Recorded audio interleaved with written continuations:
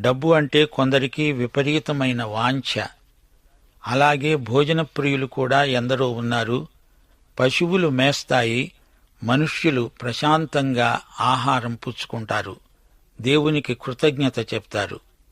డబ్బు నీ యజమాని కాకూడదు. డబ్బు ఈ రోజున ఉంటుంది, రేపు ఎగిరిపోతుంది.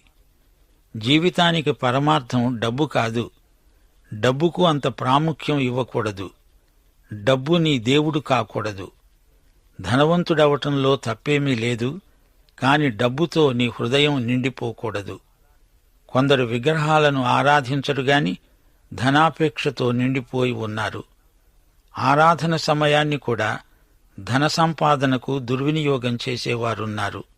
సామెతల గ్రంథం ఈ విషయమై విశ్వాసులకు హెచ్చరిక చేస్తున్నది. నీ ధనం అకస్మాత్తుగా ఎగిరిపోతుంది, జాగ్రత్త.